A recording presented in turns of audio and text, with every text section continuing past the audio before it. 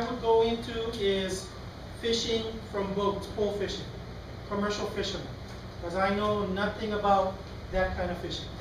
Okay, that would be the wrong business. All right, you can take your time.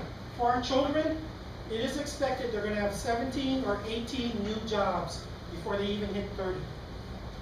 Okay, for most of us here, it's at least 7 or 8. Now think about you folks. How many different jobs, real jobs, have you had since you left high school? 13? Great.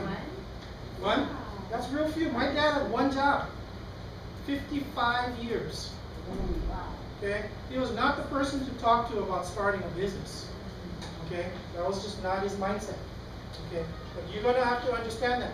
Now, if you come from a family where everybody's worked one job, 2 jobs for a long, long period of time, you just have to appreciate and you have to understand that they kind of don't have a clue what it is you're going through. Okay? And that's, again, that's okay. Years ago, I was in my 20s.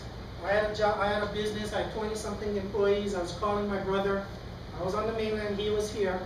He was the youngest pilot ever for Aloha Airlines. Okay? And I was complaining about employees for like an hour.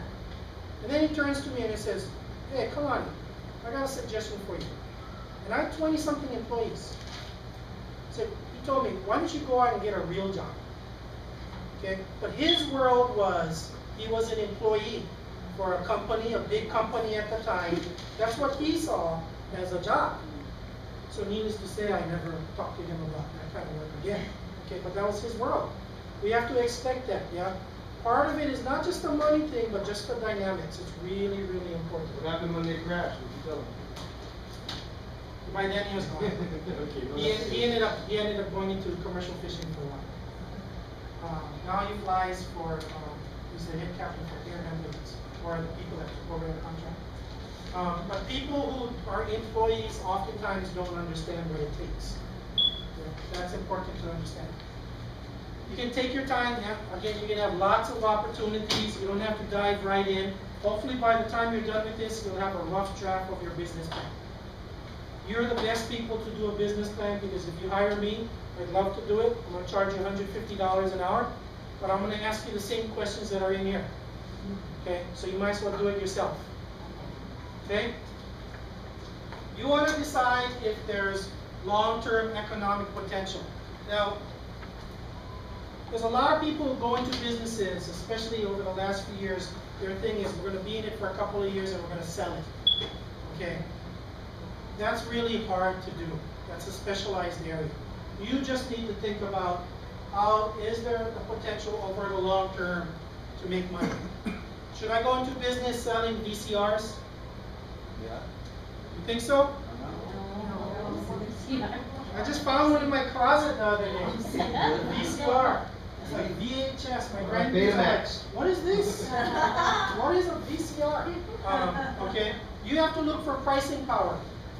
Where is it more competitive price-wise? Go to Don Quixote's and buy anything out of there, or go and find an accountant to take care of your business.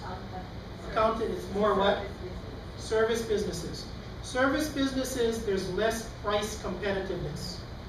Okay, when you're selling a commodity, you're selling rice, you're selling musubis, it doesn't matter. You can always get underpriced.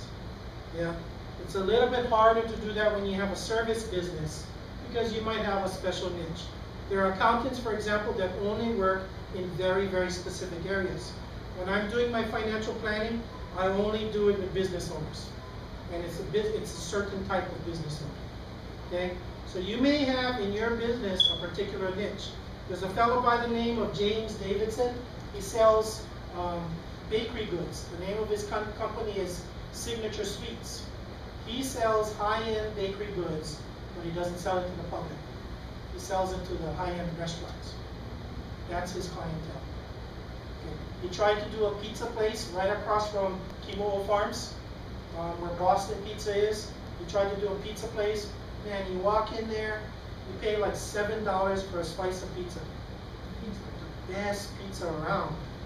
But a lot of soldiers don't want to pay $7 for a slice of pizza. Yeah, they want, they want quantity. So that part of his business didn't work.